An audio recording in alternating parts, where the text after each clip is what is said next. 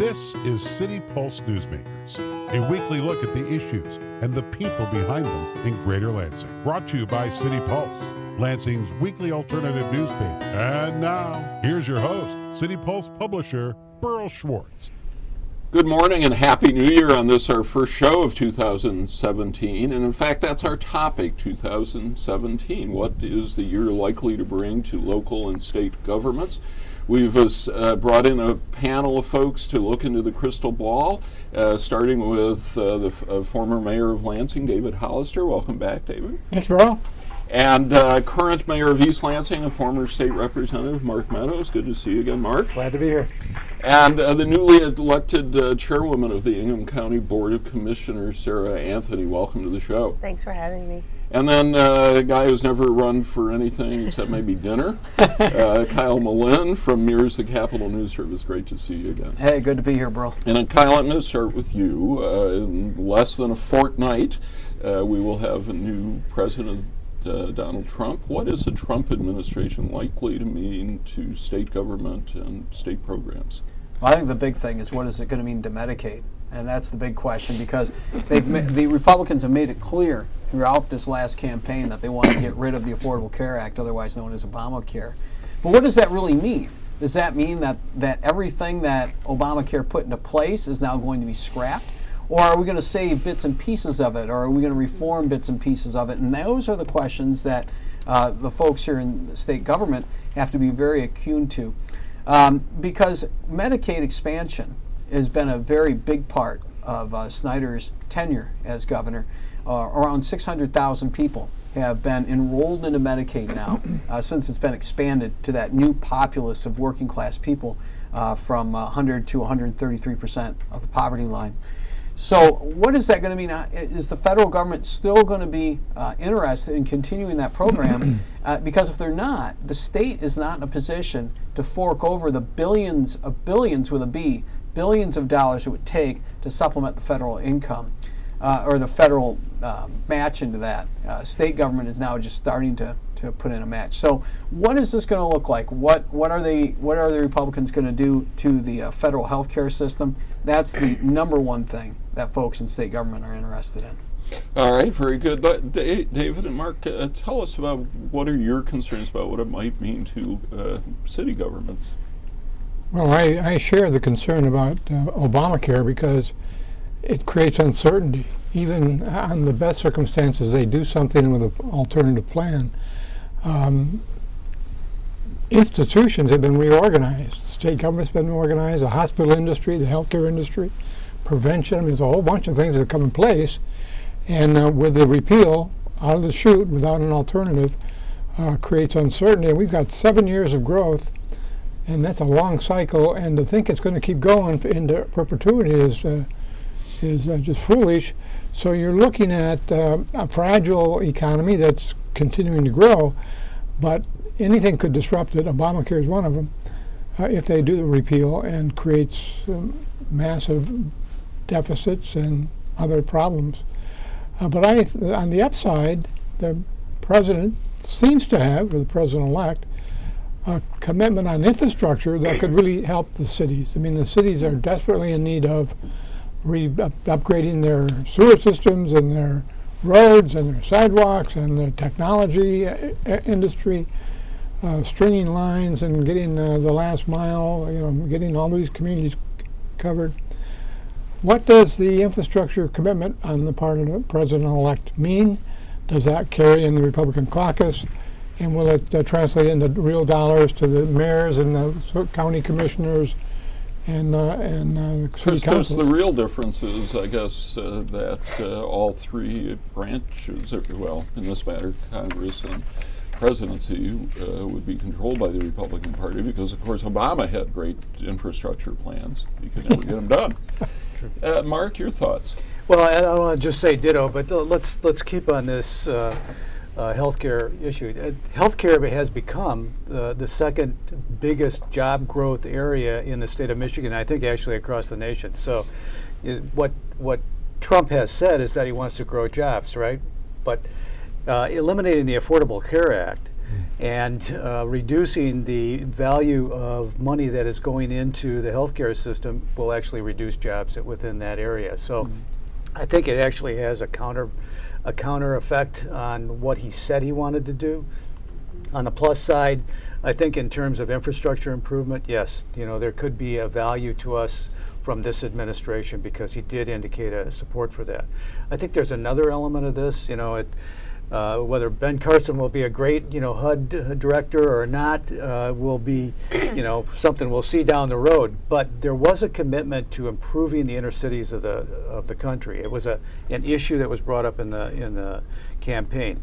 Cities have seen a steady reduction over the years in CDBG funding that has come into the communities, and this may result in an increase in CDBG funding. I know when David and I were both mayors before, the city was seeing about $1.5 million in the city of East Lansing, $1.5 million in CDBG funding.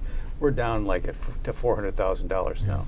So that reduction may be reversed, and that is a huge amount of money into the community in terms of not just infrastructure, but public assistance programs that we all sponsor. Sarah, on the county level, what are you concerned about?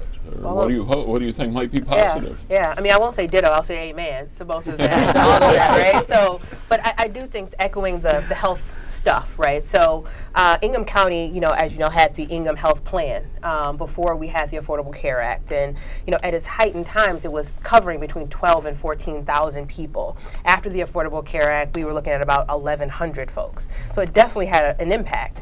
And so as we think about Congress and the Trump administration considering to repeal, that could have some real impacts because we've actually utilized some of that money to fill other holes from state government. So we look at the community health stuff that we're doing, right, with all the different things that we've had to do.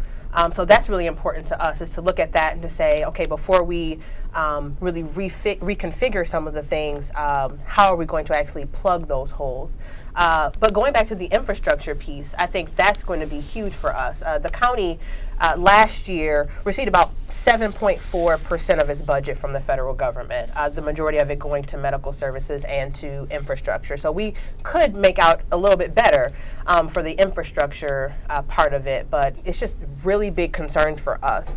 But I think the other piece, it's a cultural piece, right? So one thing that people love about Ingham County is how diverse we are and how we have people from not over just across the country, but across the globe that choose to live in Ingham County. And so when you hear the president-elect tweeting and things on the campaign trail, just this hateful rhetoric about, America not being for everyone across the globe, I think that has real implications on how people look at government services, how they look at America, how they look at where they send their kids to school, where they go for their services, be it the health department and different things. And so while that's not a quantitative, it's definitely, there's not a qualitative, it's definitely qualitative in terms of how we are providing services for people and what we're saying to different cultures. Even from the federal government, we had a refugee medical assistance program from the feds, and just looking at, that was about $400,000, but looking at what the things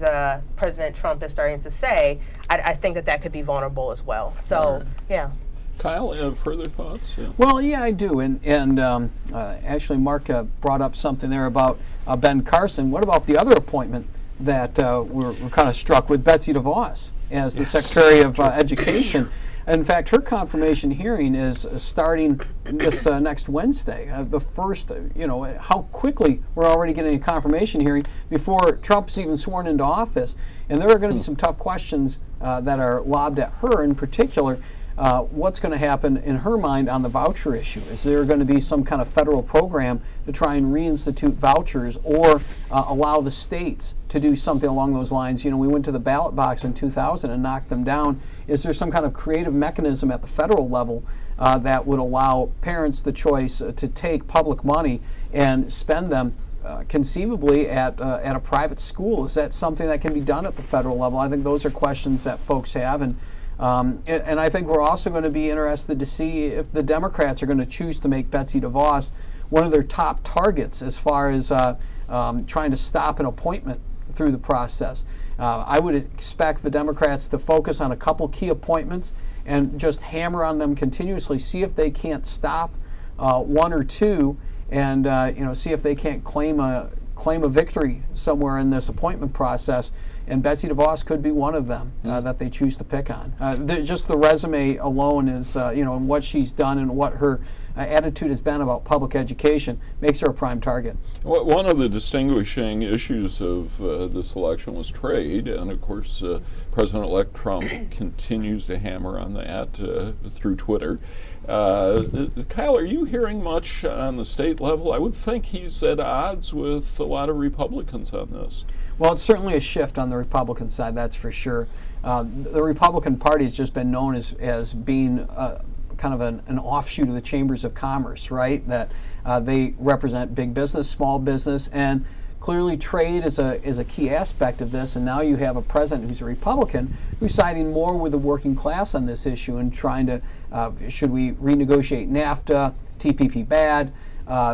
That's a difference from where Republicans tend to be, but it's also an opportunity for Republicans as well, because I think they see this as a chance to claim victory on jobs. For instance, the Ford decision to build their new vehicles at Flat Rock. Now, that probably has absolutely nothing to do with Trump whatsoever, but it is something that they can claim victory on and say, hey, look, we're looking out for the working class people too, and gives them a chance to broaden that tent out a little bit. But when it comes to trade, and it's certainly a different field that they're playing in. David, you're of course very associated with the Keep GM movement here in Lansing, and Trump just this week went after GM. What are your thoughts about the trade issue? Well, it's been interesting to follow it. It's so confused to know if he's really having an impact or if it's all just show. Mm-hmm. And whether in Ohio there's 800 leaving or staying, but it's a great PR move, I can tell you that. And this presidency is shaping up to be a show. Mm. And the superficial celebrity aspect of it carries the day. And he moves so quickly from one point to another that it's hard to keep track. And so he can claim now this victory in Ohio. He can claim this victory at GM in Michigan, and yet nothing really substantively happens. You got the UAW leadership in Ohio being very critical because they had been working on this for years, and it didn't save the number of jobs that they said it was going to save for Ohio. So it's just unbelievable how superficial and how quickly he moves and how consequential it is. I mean, he's making these pronouncements on Russian relations and China relations and Korea just on a whim, and they have profound impact. And the trade issue is another. You've got agreements that go back hundreds of years with allies, and you're just throwing them to the wind and proclaiming it's going to be good for America. But my God, you're going to break all the alliances. It's just mind-blowing. If you come to that conclusion after a thoughtful and deliberative process, and you bring the Democrats along and you get some kind of consensus, then I'm all for it. I mean, this is something the Democrats have traditionally they wanted regulations on trade and make deals and raise the standards in Mexico and in Korea, and raise their standards, but not lower ours. But it's one of the things that has struck me is we've got a president-elect, and presumably he'll continue this as president, trying to directly influence companies, and we haven't seen anything like this since John F. Kennedy went after the steel industry.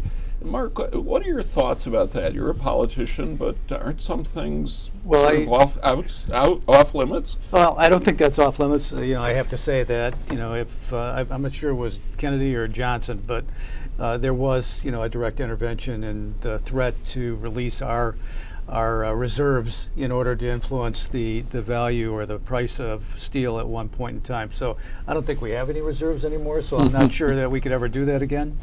But I think trade is an important issue for Michigan in particular. So when you have this sort of serial Twitterer, out there that is attempting to influence at 3 a.m. every day, public policy, and it's the President of the United States, it does, as David said, it has a profound impact on our allies in particular, but on trade deals that have gone on for a long period of time.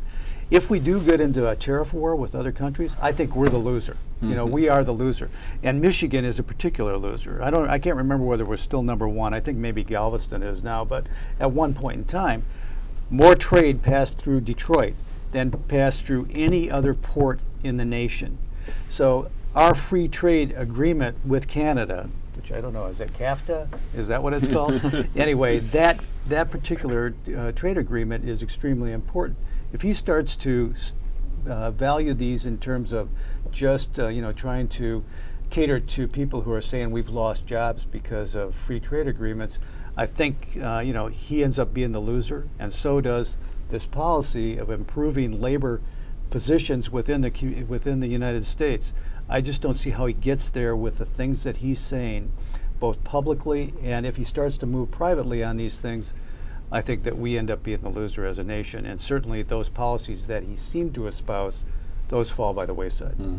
Sarah, I'm curious about your thoughts about, Trump got elected by the Electoral College, but he did win Michigan. And I'm wondering what your thoughts are about how does this change politics, even here in the blue bubble? Yeah. Well, when you were talking, I was thinking about the fact that, I've had to do some soul searching myself as to how I'm speaking to the electorate, how I'm speaking to people in the community, because facts don't matter anymore, right? News, credible news sources, I think that folks are not looking at that. And the fact that President-elect Trump is masterful at crafting messages, regardless if he is responsible for things or not. By the time he gets done tweeting it or talking or yelling it at folks, it ends up being so. And so I think that I've had to step back and say, how much data do I need to feed people, or are they listening with their gut as opposed to listening with their brain, right? And I think that that's a lot of what happened, is that they saw President-elect Trump as someone who was speaking to the issues and angry as we were angry, and really saying things in a way that spoke to their heart and spoke to their issues, and was actually just present, in which I think that, for what it's worth, Hillary Clinton just wasn't as present and took a lot of these folks for granted in terms of their issues, just assuming that every woman and every blue-collar person and union and, would actually go for her and resonate with her message. And I think that's something that even President Obama has opined about. But the fact that he can craft messages in a way that is simplistic, and at the end of the day, we just assume that he is doing everything in his power to make sure that we are great, that it's America first, regardless of if that's actually true, because I do think that the things he are doing is having detrimental impacts on our position in the country. One of the things, when you said that this shows that the people aren't paying attention to facts, actually it was interesting that after the election, New York Times and the Wall Street Journal saw huge increases in subscriptions. Huge, 132,000 new subscriptions for the New York Times. So there are some people out there hungry for facts. Kyle, this last week, Trump gets some credit at least for the House Republicans in Washington deciding to back off repealing the Office of Congressional Ethics. It reminded me, his reasoning reminded me very much of Snyder at the beginning when he said, "Don't bother me with social issues." Is that going to play? Has that played for Snyder? Well, I don't know if it has, because now that there's been a bill that has been going through the pipeline on expanding the Freedom of Information Act to the governor's office, and he's not all in support of that. I don't know if that carries through, but I think what it did show, what Trump did, it showed the power that he has. And not even inaugurated yet, but already has that kind of power where he can put something on Twitter like that and completely cause Speaker Ryan to change course on what that Republican conference was going to do with its independent ethics board. And it really does speak, and Sarah just mentioned this, about the power of Twitter and how he's using Twitter is really just amazing. It's unlike anything we've seen before. He doesn't have press conferences. He's going to have one apparently, but how did he announce that? Through Twitter, right? So, in one hand, you got to like the fact that he's sharing his mind and what he's talking about. But it is so unique, and even his press releases. At first, I get their transition press releases, right? And at first, they came across as very official, and Ben Carson has been named or is going to be nominated for the HUD secretary and whatnot. Well, then, and I was waiting for this to happen, and sure enough, it did. Where I'd get random messages, these press releases on official transition letterhead with just random rants. Like I didn't even know what the reference was, and it would be just like a paragraph, and it would just be like this random rant, and you knew it came from Trump because you could just hear him say it in your head. I had no idea what he was talking about. I'm like, yes, okay, well, good. That is Donald Trump that's in the White House. And we're in for a real strange ride with him. I guess it's unique, but if you look at history, that's what Teddy Roosevelt did. He didn't have Twitter. He just got out, took trains around the country, spoke to everybody in person, and managed to get a lot done because he could go back to Congress and say, you better pay attention to these people. Let me be the millennial. There was ever a time when there wasn't Twitter? Yes, it was. Twitter, I thought it was always. Okay. Well, the other day I heard somebody say something about emails, or that's old school. Yeah. The question is, has there ever been a time when there was Twitter that wasn't immediately covered by other media? That's right. Because that's really the power of what's happening here. Yeah. Well, I'm curious. Go ahead, Dave. Well, and to have a principle or a framework behind it. And so Teddy Roosevelt goes on and argues for the park system. And that's in his DNA, and it was consistent over time. And it was predictable that he would be advocating for that. And many of the reforms, whether it was Franklin Roosevelt or Jack Kennedy, they had a consistent, identifiable, somewhat rationale for what they were doing. This guy is all over the place on every issue, and given the day and the hour, you don't know what the position is.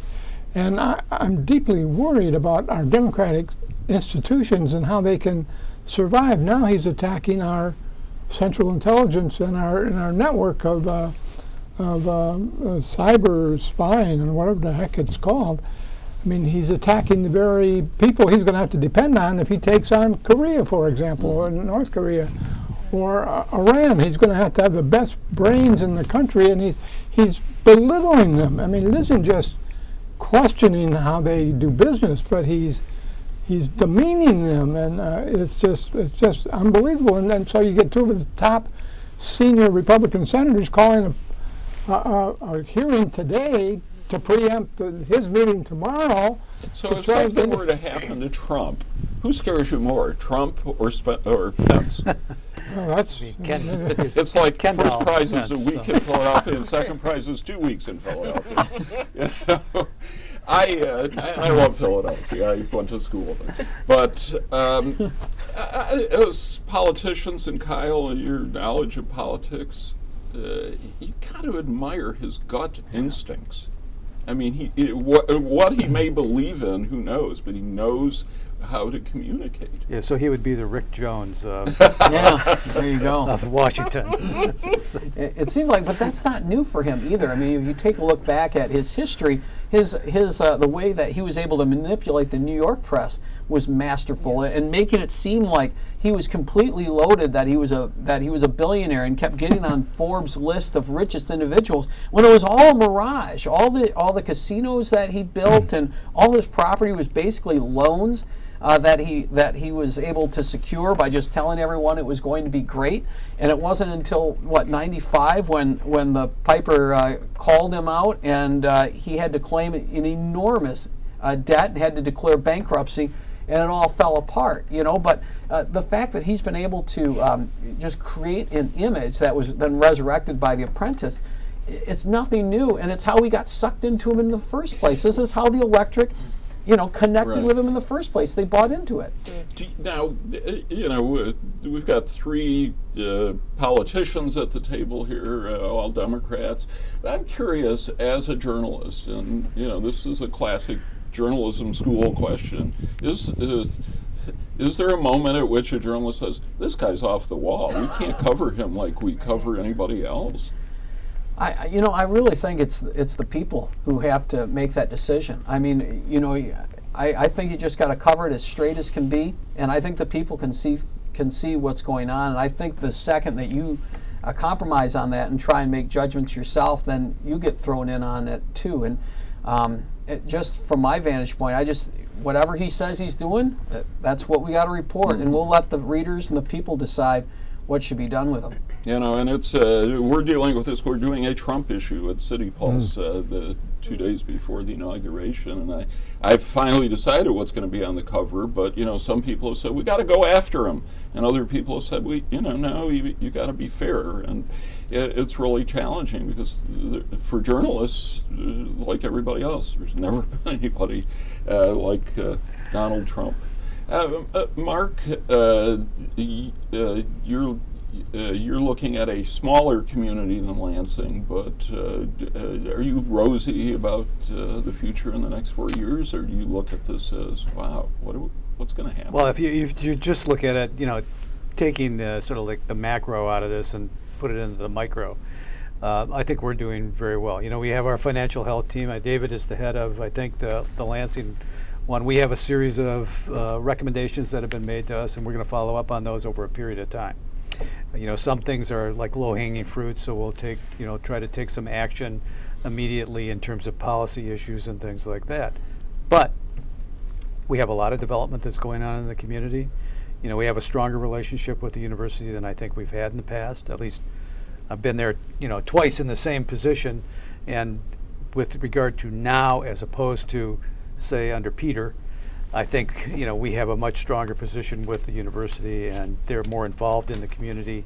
So I feel very good about where we are at this point in time. Yeah. All that can go down depending on how the national administration treats communities throughout the country. Very And good. not just cities, but counties, townships. All of us are going to be affected by the policies that Trump actually promotes. All right, you got the last word. I want to thank David Hollister, Mark Meadows, Sarah Anthony. Great to have you on the show. We'll have you back. Kyle, you better come back. And everybody, have a great weekend. We'll see you next week.